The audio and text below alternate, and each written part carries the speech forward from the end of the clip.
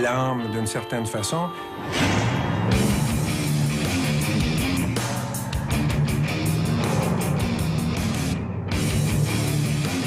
Le 1er novembre 1984, en après-midi, Maurice Viens, 4 ans, joue avec un ami dans une ruelle du quartier montréalais d'Hochelaga-Maisonneuve.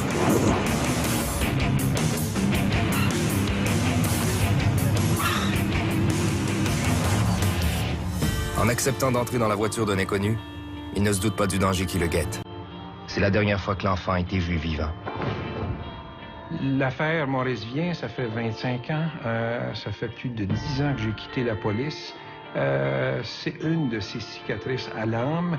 C'est, quand je regarde 30 ans dans la police, c'est un échec.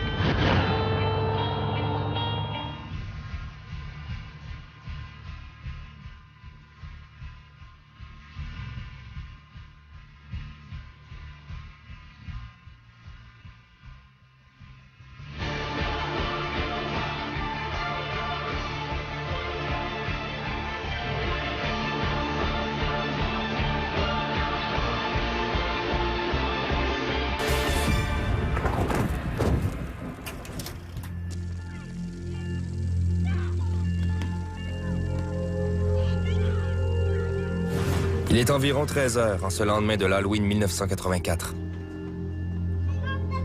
Maurice Viens joue dans la ruelle derrière chez lui où il vit avec sa mère et son jeune frère.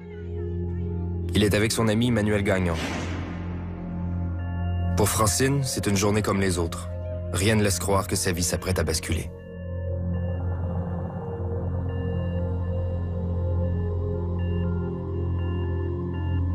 Quand le petit Manuel fait éruption dans sa cuisine et lui annonce que Maurice est parti dans une voiture avec un étranger qui lui a promis des bonbons, elle sort en trombe et constate la disparition de son fils. C'est la panique. Elle rentre et bondit sur le téléphone pour appeler la police. Alors, c'est sûr que c'est un enlèvement. Pour moi, c'était pas une disparition, là. 4 ans, là, tu fais pas une fugue, tu te perds pas, tu sais, tu te perds pas comme ça, là. C'est sûr, là, quand le petit Manuel est arrivé puis il a dit qu'il était parti dans une auto, là, pour moi, c'était sûr, là, que c'était un enlèvement, là. C'était un kidnapping, c'est sûr. Yvon Lépine, l'un des premiers enquêteurs accourus sur les lieux, tente tant bien que mal d'apaiser la mère du petit Maurice. Écoutez, c'est une femme qui était démolie. Okay? Son enfant de 4 ans est puis là. Il est parti en auto. Elle n'a aucune idée qui a pu partir avec son enfant. Elle savait pas quoi faire. Elle se promenait du domicile du petit Manuel, qui était quelques blocs plus bas que la rue. Elle se promenait de là à chez elle. On avait beau lui demander de demeurer chez elle, qu'on était pour aller la voir, que la rencontrer. C'était une personne là, vraiment en panique complètement. Mais c'est normal. Lorsque Jacques Duchesneau, l'enquêteur en chef de la police de Montréal, reçoit l'appel d'Yvon Lépine, il prend les choses en main rapidement.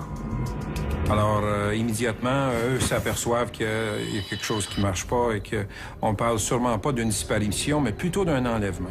Alors, c'est là que tout le processus se met en branle.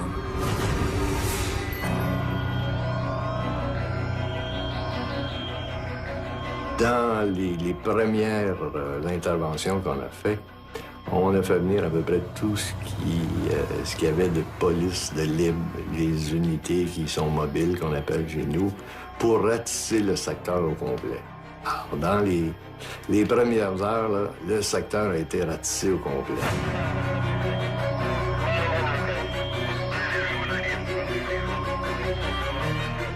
Le sergent détective Claude Le Sieur fait partie de la trentaine d'enquêteurs dépêchés par Jacques Duchesneau sur les lieux de l'enlèvement. La première tâche, ça a été d'aller fouiller un dépotoir de matériaux secs sur la rue d'Exon, où un témoin avait vu un véhicule et quelqu'un débarquer un sac vert. Alors, bon, une de mes premières tâches, ça a été d'aller fouiller ce fameux dépotoir-là, pas seul, mais avec d'autres policiers. Et croyez-moi, tous les sacs verts ont été ouverts, puis la seule chose qu'on a retrouvée qui n'était pas d'une matière solide, c'est un chat qui était mort. Chaque porte de hangar a été ouverte, chaque fond de cour a été visité, chaque pierre a été retournée, parce que la première démarche, elle n'est pas d'enquête, mais vraiment d'opération policière, c'est-à-dire est-ce que l'enfant pourrait être dans un périmètre quand même assez court? Et si oui, mais tant mieux. Sinon, on savait que à ce moment-là, une enquête devrait être mise en branle immédiatement.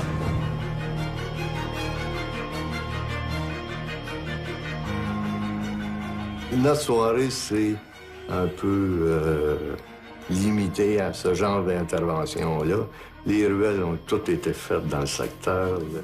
On a essayé de trouver des témoins aux alentours du parc.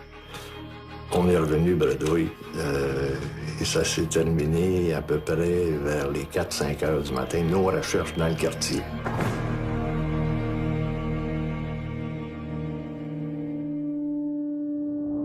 Plus l'heure avance, plus on s'aperçoit que on n'est pas dans la bonne direction, puis on ne pourra peut-être pas retrouver l'enfant. Et donc, quand des enfants sont impliqués dans des enquêtes, habituellement, c'est assez perturbant. Alors, donc, le temps joue contre nous.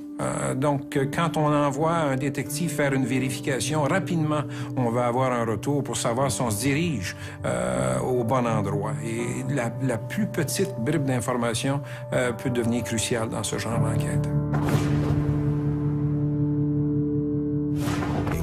Les recherches se poursuivent toujours en vue de retrouver le petit Maurice Vien, 4 ans, disparu de la rue d'Orion hier après-midi.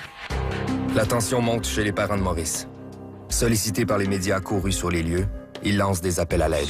C'est un petit garçon qui adore ça, se promener en automobile. Entre-temps, sur la rue d'Orion, eh bien, la famille Vien attend anxieusement le retour de leur enfant. On est bien inquiets. On voudrait qu'elle vienne au plus vite. Que Maurice, c'est un gentil petit bonhomme. Puis... C'est tout. J'ai bien hâte de revoir mon gars. Bon, on voudrait dire à la personne qui a pris Maurice, là, qui a fait embarquer Maurice dans son auto, de, s'il vous plaît, le laisser quelque part, qu'il puisse demander de l'aide pour pouvoir nous revenir le plus tôt possible. C'est un petit garçon bien gentil, puis on veut pas le perdre. On veut qu'il revienne le plus vite possible. On est inquiets. Malgré l'apparente tristesse du père de Maurice, pour les enquêteurs, il demeure le principal suspect. Dès le début de l'enquête, les policiers de Montréal qui enquêtaient sur la disparition du petit Vien ont eu des difficultés avec son père parce que là, le gars, lui, il était nerveux, puis il était agressif, son fils était disparu. Puis en plus, lui et son frère étaient en difficulté avec des gens du quartier. Il y avait une question de dette, là, que ces gens-là. Donc, finalement, les policiers les ont pris un peu les deux comme suspects, les ont interrogés. Puis c'était un bonhomme qui était assez costaud, puis qui réagissait fort. Donc, finalement, les policiers, puis le père du petit Vien avaient une difficile relation dès le départ de l'enquête. Alors là, il fallait éliminer les possibilités que ce soit le père qui soit parti avec l'enfant, parce que le père et la mère ne vivaient pas ensemble. Mais le père avait quand même quitté le domicile familial depuis quelque temps, et là, soudainement, le père arrive. Bien évidemment, notre première réaction comme détective, c'est que tout le monde devient un suspect. On a considéré cette possibilité-là dès le début de l'enquête. Les démarches des enquêteurs ont lavé le père de Maurice de tout soupçon. Mais les fréquentations de celui-ci laissent pour le moins à désirer. On a eu à transiger avec le père parce qu'il y avait des gens qui, semble-t-il, le pourchassaient. On l'a même caché dans un hôtel. Alors, pendant qu'on faisait des recherches pour retrouver l'enfant, il fallait aussi s'occuper du père. Et ça venait ajouter là, à l'horreur du drame, parce qu'on vivait avec la mère une situation intense. On cherchait un enfant qui avait jamais demandé d'être enlevé et un père qui était erratique. L'hypothèse de la fugue est définitivement rejetée. Les membres de la famille, et plus particulièrement le père du petit Maurice, ne font plus partie de la liste des suspects potentiels. Toutes les forces vives sont maintenant déployées pour trouver l'enfant. Une course contre la montre est entamée.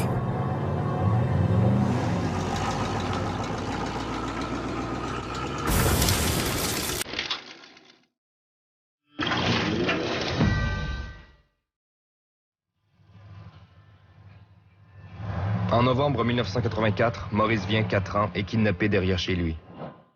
Une vaste opération policière est déclenchée pour le retrouver. Les premiers soupçons ont tout d'abord été dirigés vers son propre père, mais ils se sont avérés non fondés. Le lendemain de la disparition, l'enquête reprend plus belle. La tristesse et l'urgence de la situation pressent les policiers. Dans une enquête comme celle-là, vous savez que ça vient toujours chercher des émotions. Autant pour les policiers en uniforme que pour les détectives. Les détectives vont travailler avec la famille, donc il y a vraiment un choc des émotions. Pour la pauvre mère du petit Maurice, l'attente est insoutenable. Les policiers ne doivent pas moins vérifier des faits, des hypothèses ou des soupçons avec son aide. L'état d'angoisse de Francine Legault est tel qu'il consulte d'abord un psychologue afin d'être le plus efficace possible. Et là, ça faisait 18 heures qu'il n'avait pas entendu parler de rien de la police. On s'est fait recevoir avec, comme on dit, une brique et un fanal. Et on s'est fait engueuler. Ça n'avait pas d'allure, on la tenait pas au courant, et ainsi de suite. Et là, on s'est dit, notre plan d'attaque, notre plan est foutu, on n'obtiendra rien. Et le psychologue nous avait, si vous réussissez à trouver la doudou de Maurice Vien, elle va vous l'arracher des mains et elle va tout vous raconter après. On était partis perplexes. On est arrivé là, après s'être fait engueuler. On est rentré dans la chambre et j'ai trouvé sa doudou. Et effectivement, elle me l'a enlevé. Et après ça, on s'est assis dans la cuisine. Et tranquillement, elle nous a fait confiance. À cette époque-là, on était tous relativement jeunes. Des gars d'à peu près dans 35-40 ans. Plusieurs avaient des enfants de cet âge. Moi, j'en avais un qui avait 6 ans, puis l'autre avait 3 ans et demi. Alors, quand le soir, je voyais mon gars de 3 ans et demi, mais c'est le petit que je voyais. Madame Vien, c'est une personne tellement bien, tellement simple, tellement humble, que, écoutez, on faisait partie de la famille. Elle nous a raconté pratiquement... on aurait pu savoir à peu près n'importe quoi de sa vie. Et finalement, cette entrevue-là nous a permis d'éliminer complètement la famille. À Montréal, les recherches policières se poursuivent en vue de retrouver le petit Maurice Vien, disparu depuis 13 heures hier. Une trentaine de policiers, assistés de nombreux volontaires, ratissent tout un quartier de l'est de Montréal dans l'espoir de retracer le bambin. Alertés par les médias, les Montréalais sont touchés par la tragique histoire. La nouvelle n'a pu échapper à personne. Plusieurs pensent avoir de l'information pertinente à transmettre aux policiers.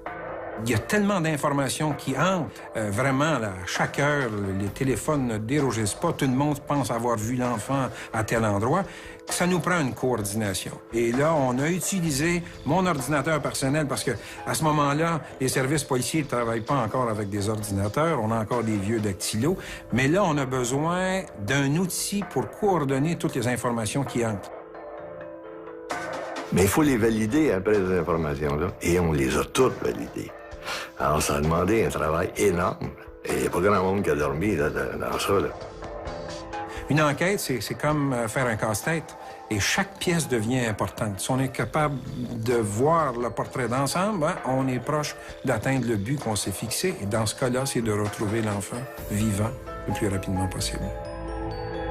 Au cours des 48 heures suivant la disparition de Maurice, les policiers vont de déception en déception. Tout le monde était chargé d'adrénaline. On cherchait notre enfant. Je pense que c'est la meilleure façon de l'expliquer.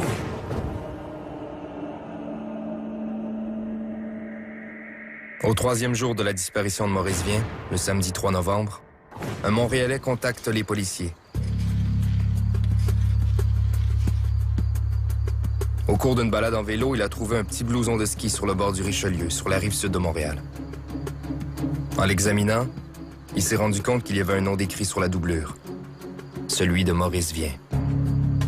Donc, on quitte le centre-ville de Montréal, puis là, on étend notre secteur de recherche pour se ramasser sur les bords du Richelieu. Et à partir de l'endroit où on trouve le manteau, là, on commence à faire de la fouille systématique. Ça nous amène en fin de journée, le samedi. On a une centaine de policiers qui sont sur les lieux. On continue le dimanche. Là, il y a des policiers de la Sûreté du Québec qui se joignent à nous. Alors, on déploie et là, on fait de la fouille vraiment systématique à partir de l'endroit où on trouve le manteau.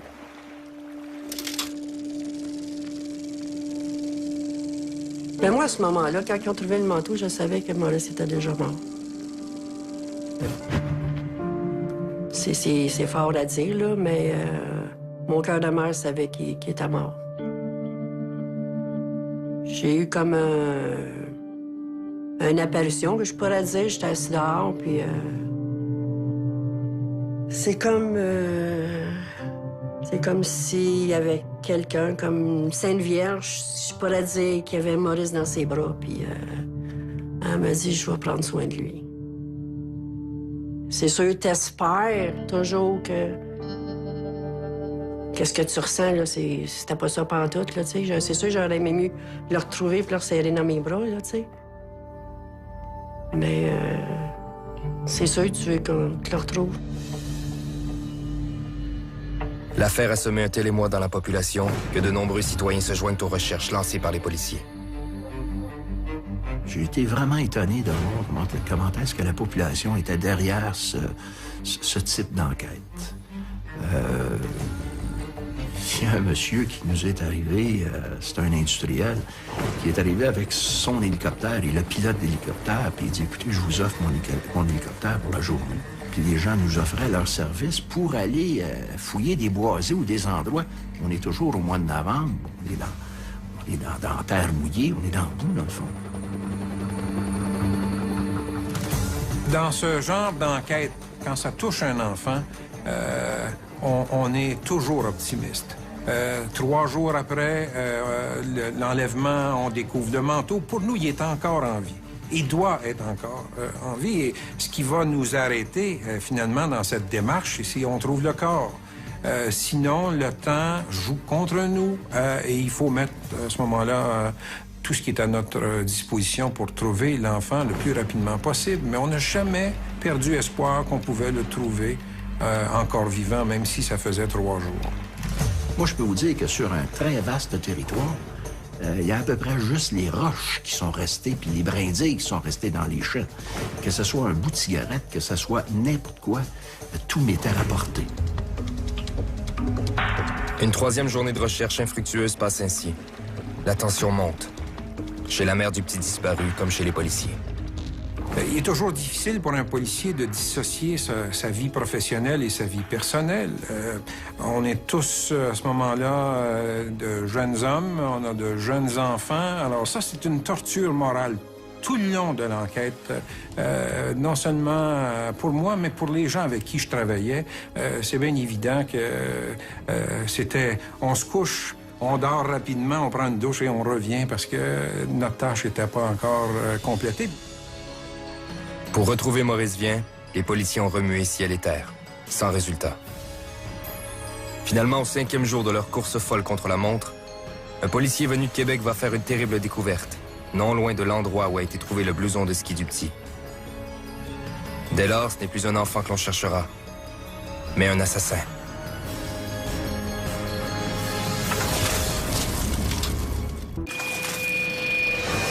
Maurice Vien a été enlevé le 1er novembre 1984. La police montréalaise a tout mis en œuvre pour le trouver, mais en vain. 5 jours plus tard, on trouve son corps martyrisé dans une maison abandonnée de Saint-Antoine-sur-Richelieu. Claude Le Sieur, débarqué tôt sur les lieux, n'a rien oublié de la scène. Ben, écoutez, monsieur, j'ai passé plusieurs années à la section des homicides. J'en ai vu des cadavres.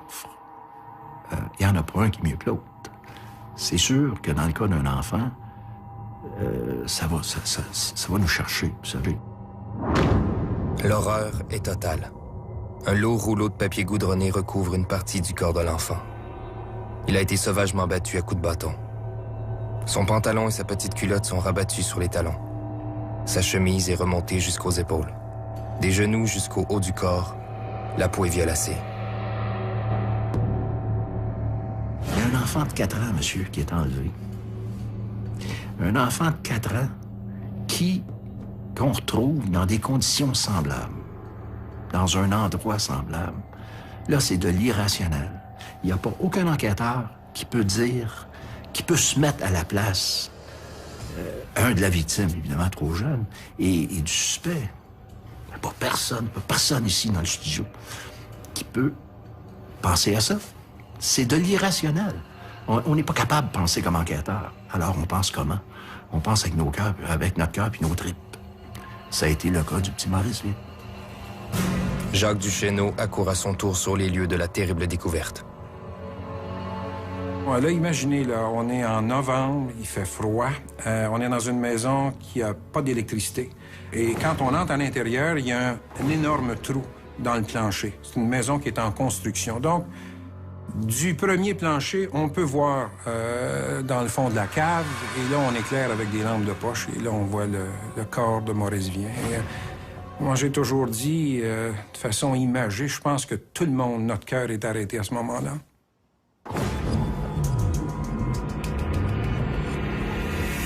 Battre un enfant à mort, ça se comprend pas.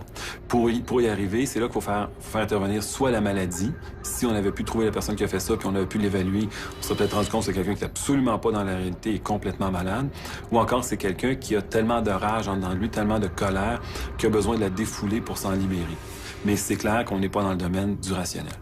Tuer un enfant, c'est déjà horrible. Les circonstances qui ont amené à la mort sont peut-être encore plus horrifiantes. Parce qu'on a su, d'abord par les marques sur le corps, mais aussi par des prélèvements qui ont été faits, que non seulement c'est un enfant qui a été tué, mais qui a été torturé. Et ça, c'est difficile. Dès la découverte du corps de Maurice, on dépêche Yvon Lépine auprès de la mère du petit. Sa mission s'annonce déchirante. Ma tâche, c'était de la garder chez elle, jusqu'à temps qu'on ait la certitude que c'était Maurice. J'aurais aimé qu'il vienne me chercher pour que j'aille le chercher. C'est sûr que ça se fait pas, là. C'est quand même une scène de crime, comme on dit. Mais oui, j'aurais aimé ça. Ça a été des heures qui m'ont paru des journées de rester dans son domicile, assis à table, à écouter la radio, parce qu'elle ne voulait pas fermer la radio. Elle voulait avoir des bulletins de nouvelles à toutes les 5 minutes. Et là, qu'est-ce que tu veux dire? On ne peut pas y parler de la pluie et du beau temps, là. C'est pas ça qu'elle veut entendre. Et à toutes les 15 minutes, vous allez m'emmener? Non, on s'en va pas là. On y va pas. Il n'est pas question qu'on y aille là. Et ça revenait toujours, là. Alors, c'était la soirée la plus pénible de ma vie. Vers 2 heures du matin, le téléphone sonne. On apprend à Yvon que le corps retrouvé plus tôt dans la journée est bien celui de Maurice. Il transmet alors la déchirante nouvelle à la mère qui doit maintenant confirmer l'identification.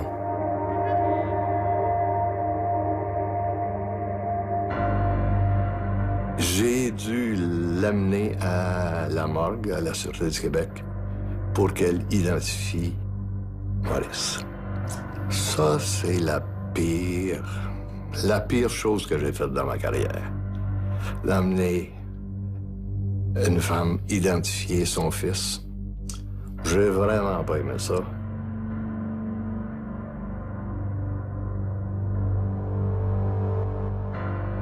Il avait magané. C'est ça, c'est quand même spécial là, de voir ton bébé à travers d'une vitre. Là.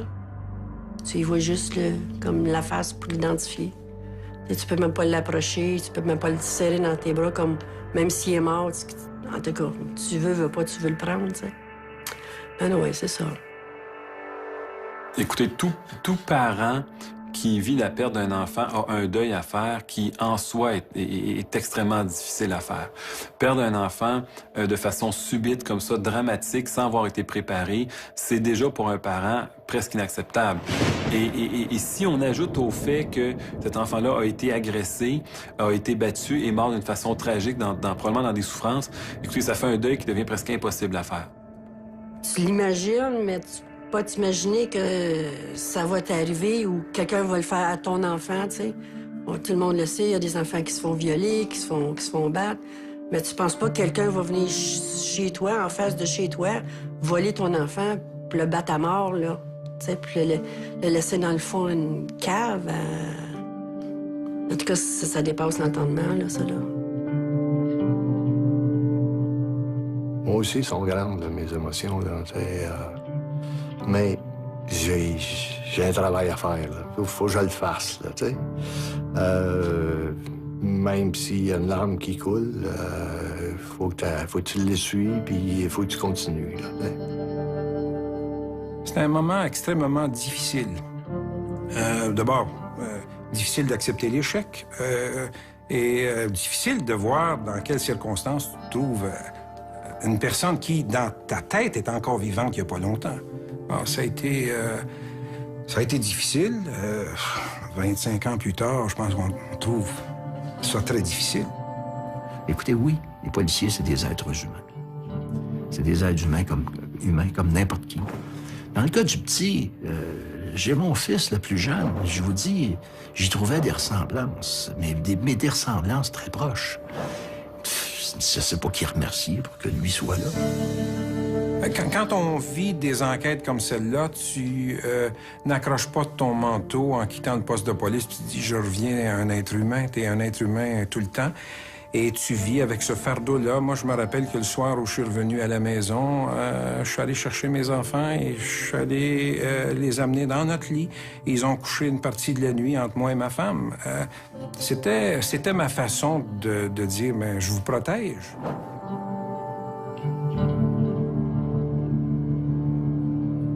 L'affaire Maurice Vien est celle qui commence en fait divers et qui, dans leur dénouement, aboutissent en drame public.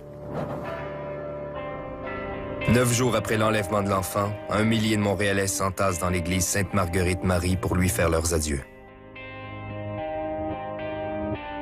C'est clair que ça peut toucher toute une collectivité. C'est clair que tout le monde peut être en état de choc de dire que ça peut arriver chez nous. C'est des choses qu'on voit, mais ça arrive jamais chez nous. Que de dire que ça arrive chez nous, ça arrive proche de chez nous, qu'il y a quelqu'un qui se promène dans notre société à nous, dans laquelle on vit, qui fait des choses comme ça. C'est clair que la société, pendant un certain temps, peut être en état de choc, oui. Pendant les obsèques du petit Maurice, l'attention des enquêteurs puis des médias se tourne sur une autre disparition, celle de Sébastien Métivier, 8 ans, et son copain, Wilton Lubin, 12 ans. Les 2 enfants ont été vus pour la dernière fois le même jour que l'enlèvement de Maurice, et ils habitent à quelques coins de rue de la famille Vien. Si l'on a d'abord cru à une fugue à cause de leur âge, la thèse de l'enlèvement s'impose de plus en plus. La question sera éventuellement sur toutes les lèvres. Un seul prédateur pourrait-il être l'auteur des 3 kidnappings?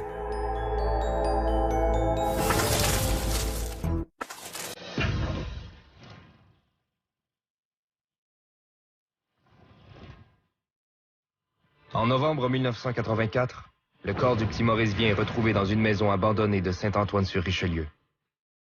Tout laisse croire que 2 autres enfants ont été enlevés le même jour que Maurice à quelques rues de chez lui. Les forces policières se lancent alors dans une chasse à l'assassin.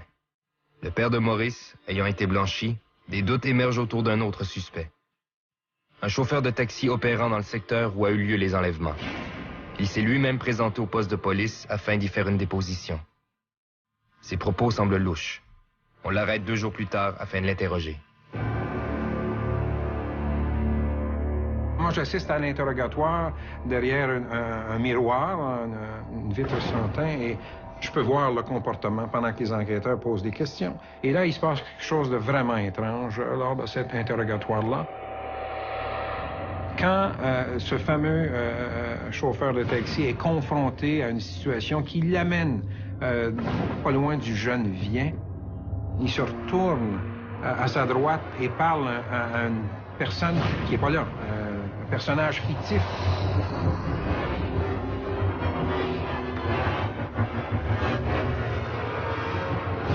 Et là, il commence à dire des choses comme « Ah, c'est ça que tu y as fait, petit viens. » Donc, on voit là qu'il est dans un délire complet. Ce qui nous a vraiment troublés dans cet interrogatoire, c'est que cette personne nous a mentionné des choses que seul le tueur pouvait savoir.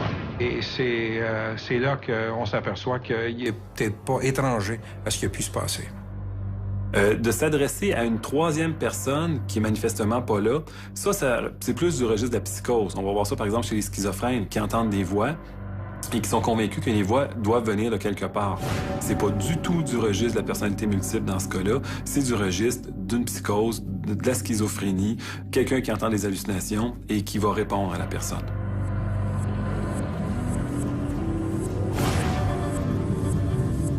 Ce bonhomme-là conduisait des taxis. C'était des taxis qu'il louait. Et pour avoir rencontré le propriétaire qui fait la location de plusieurs autotaxis, il se souvient, de façon contemporaine à l'enlèvement, que quand notre suspect est arrivé à ramener le taxi au garage, le propriétaire a dit « Mais coudonc, es-tu allé dans le bois? Est-ce que tu es allé avec ça? » Parce que le taxi était tout seul. Et finalement, il y a quelqu'un qui, au moment de l'interrogatoire, est venu nous servir un ordre de cours parce que, étant donné qu'il avait reçu des traitements dans un institut psychiatrique de Montréal, il est venu nous servir une ordonnance de libérer immédiatement l'individu pour l'amener dans l'institut psychiatrique. Alors, l'interrogatoire s'est terminé là. Ils ont été forcés de le libérer parce qu'en vertu de la loi sur les malades mentaux, de la protection des malades mentaux, cet homme-là devait subir des traitements parce qu'il avait des problèmes. Donc, il a été envoyé à l'hôpital psychiatrique Louis H. Lafontaine. Mais je peux vous dire, moi, qu'il y a des éléments que cet homme-là nous a dit, qu'on retrouvait sur la scène de crime. Pour moi, ça va un petit peu au-delà du hasard. Évidemment, ce qu'on avait, c'est une preuve qui était circonstancielle. Et ce qui venait crémer le tout, c'est qu'il était sur la protection, la loi de la protection du malade mental. Mais quant à moi, retraité, ça a été le meilleur des suspects. Et ben, c'est ça. On s'en doute. Cette démarche des psychiatres de Louis-Hippolyte Lafontaine ne satisfait pas les policiers.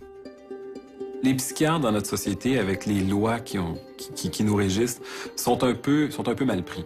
Dans le sens qu'on fait reposer beaucoup de responsabilités sur les psychiatres, d'évaluer les patients, d'évaluer leur dangerosité, d'essayer de la prévoir. Donc, c'est clair que dans notre société, on est pro-liberté, c'est ce qui est une excellente valeur. Donc, on donne la chance au coureur. Et le psychiatre, lui, doit fonctionner dans ce cadre légal, à savoir que s'il n'y a pas une évidence que le patient présente un danger, il n'a pas le droit de le garder. Après quelques temps passés dans un hôpital psychiatrique, le chauffeur de taxi obtient son congé. Les médecins estiment qu'il lui suffira d'être suivi en clinique externe. Et il y a un médecin de Louis H. qui a déclaré à un journaliste, sous le couvert de l'anonymat, que ce patient-là avait obtenu son congé parce qu'il ne constituait pas un danger pour la sécurité du public. Comme policier, j'ai juste, malheureusement, à constater qu'il y a des gens dans notre société qui veulent faire du mal à des enfants. Et mon rôle comme policier, c'est de m'interposer pour empêcher que ça arrive.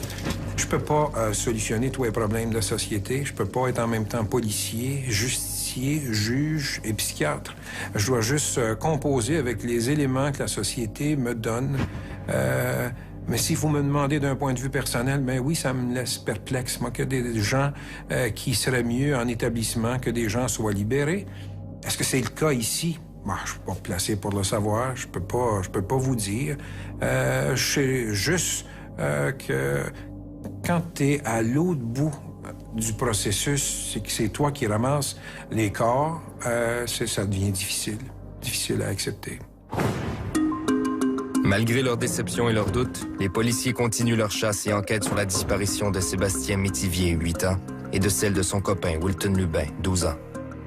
Maurice Vien est enlevé le 1er novembre 1984. À une vingtaine de pâtés de maison plus loin, 2 autres enfants sont enlevés la même journée, alors qu'on n'avait pas d'enlèvement d'enfants à Montréal depuis plusieurs années. C'est une coïncidence. Est-ce qu'une même personne est capable d'enlever 3 enfants? Est-ce que c'est un réseau qui enlève des enfants, donc des pédophiles? Est-ce que ce sont des tueurs en série qui sont à l'œuvre? C'est à ça qu'on est confronté. Ça a pris beaucoup de temps avant que les policiers admettent ou pensent qu'il y ait une possibilité de lien entre 3 enlèvements. 3 disparitions, en fait, parce qu'on ne parlait pas d'enlèvement à l'époque. Que 2 tueurs différents agissent la même journée pour enlever et tuer des enfants à peu près du même âge, statistiquement, c'est à peu près impossible.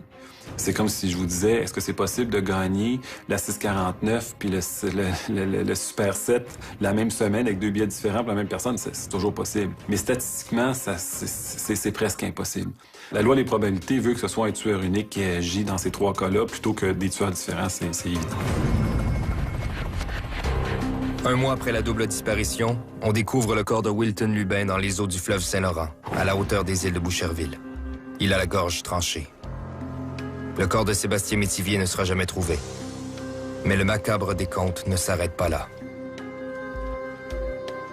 Il y a eu aussi le cas du petit Denis Roux Bergevin, un petit garçon, un petit bonhomme de 5 ans, qui, lui, est disparu en juin 1985, soit dans les mois qui ont suivi le meurtre de Maurice Vien. Et c'est un cas qui présentait plusieurs similitudes, parce que c'était encore un jeune garçon, c'était arrivé en plein jour dans un quartier du centre-sud.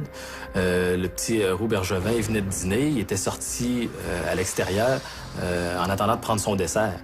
Et il est jamais revenu.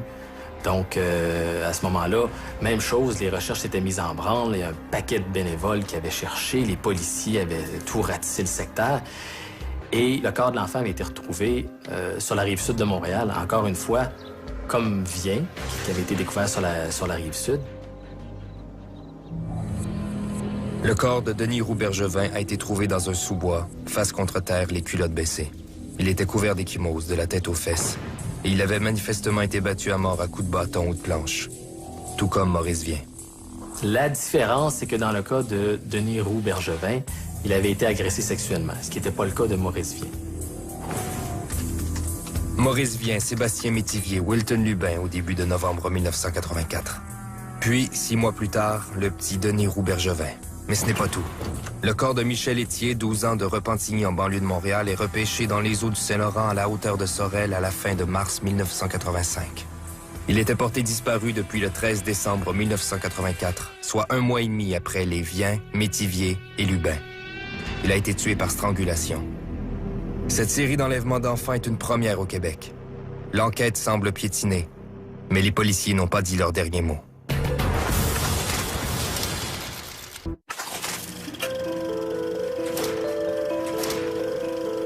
En novembre 1984, l'enlèvement puis le meurtre du petit Maurice Vien, 4 ans, bouleverse toute la communauté. La série d'assassinats d'enfants qui suit le tragique événement dans la région de Montréal sème la consternation. En quelques 7 mois, entre novembre 1984 et juin 1985, on se retrouvait avec 5 cas de disparition et de mort d'enfants dans la grande région de Montréal. C'est énorme, on n'avait jamais vu ça avant et on n'a jamais vu ça depuis. Les années passent et l'enquête semble s'enliser. Mais à la Sûreté du Québec, on ne lâchera jamais prise. Chez eux, on a fini par croire en la possibilité d'un seul et même assassin. Un tueur en série qui aurait peut-être frappé pas moins de 7 fois dans la région montréalaise à la même époque. En 1992, 8 ans après la mort de Maurice Vien, une délation faite via le programme Infocrime permet à de nouveaux enquêteurs de se pencher sur un autre suspect. Plusieurs années après, ils ont eu un suspect qui demeurait dans l'Est, près des résidences des petits Wilton Lubin puis Sébastien Métivier. Là, les policiers ont pensé peut-être que le petit Maurice Vien a été kidnappé dans l'Est, amené à la résidence du suspect, puis que les autres jeunes ont été témoins ou tout ça, puis qu'on les aurait éliminés parce qu'ils étaient témoins là, du premier enlèvement. Le suspect en question est un récidiviste de 44 ans au lourd casier judiciaire, Jean-Baptiste Duchesneau. Selon les dires d'un de ses proches, il pourrait être l'auteur des meurtres de Wilson Lubin et de Sébastien Métivier. Les enquêteurs réussissent à obtenir plusieurs témoignages confirmant qu'il a été la dernière personne vue avec les 2 enfants le jour de leur enlèvement. En 1973, à Québec, il a été trouvé coupable d'un meurtre d'une fillette de 6 ans. Et à ce moment-là, Duchesneau a été arrêté, puis il a été effectivement détenu. Il a été à Pinel pendant un certain temps. Et en 83, il a été mis en libération conditionnelle pour une période jusqu'en 85 à peu près. Suite à ces événements-là, un peu plus tard, vers 87, il a été arrêté pour des accusations d'inceste et d'agression sexuelle sur des enfants. Puis il a été incarcéré à la prison de la Macasa dans les Hautes-Laurentides. Dès le premier stade de l'enquête, en novembre 1984, les policiers ont frappé à toutes les portes du voisinage et n'ont pas manqué de visiter le logis de Duchesneau. En liberté conditionnelle à cette époque, il décide de s'enfuir temporairement dans la région de Québec pour éviter d'être interrogé. Sa compagne se garde bien de mentionner sa présence aux policiers, car avant de partir, il l'a supplié de ne pas parler de lui à la police, car il risquait d'avoir des problèmes à cause de ses antécédents judiciaires. Le 1er novembre 1993, jour anniversaire de la tragique disparition des Viens, Lubin et Métivier, les enquêteurs Roger Pilon et Guy Préfontaine rendent visite à Duchesneau. On l'a informé des motifs de notre visite, à savoir la disparition des jeunes Lubin et Métivier et le meurtre de Wilton Lubin. Il est devenu très nerveux. Bien honnêtement, je pense que je vous dirais que les 2 jambes lui ont coupé. Et puis, par la suite, durant l'interrogatoire, il est devenu tendu. Il était stressé. Je dirais même qu'à un moment donné, il était dans un état de panique. C'était vraiment la panique. On avait prévu un test polygraphique. On lui a demandé s'il accepterait. Puis il a accepté, il a signé le document. Lorsqu'on est revenu à Montréal, mon partenaire Guy Préfontaine est allé voir le juge à la Cour supérieure pour faire signer les documents. Et moi, j'étais au bureau pour faire des dernières vérifications. Puis, à ce moment-là, j'ai reçu un appel du centre de la Macasa à l'effet qu'il venait de trouver Duchesneau qui s'était suicidé. Et ça finit comme ça. Il a apporté son secret avec lui.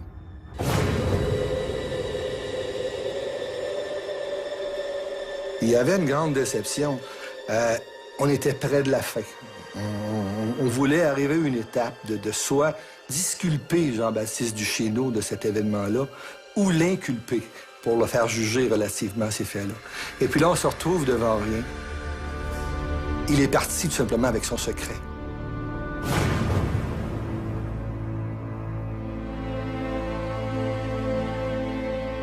Et en bout de ligne, on est 25 ans plus tard, j'ai toujours pas la satisfaction d'avoir terminé cette enquête-là. C'est triste. Je pense que je peux parler pour tous les enquêteurs de la CUM, du Poste 33 et les autres qui ont touché à l'enquête de Maurice Vien, si à un moment donné, on aurait la conviction par un juge et 12 jurys de celui qui a commis le crime. Monsieur, je pense qu'on pourrait partir en paix.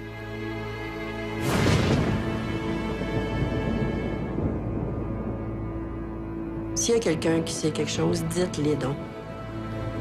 Après 25 ans, on a le droit de savoir. Puis c'est sûr que les personnes qui ont fait ça, ils peuvent pas avoir gardé ça pour eux autres seuls pendant 25 ans. Vivre avec ça 25 ans.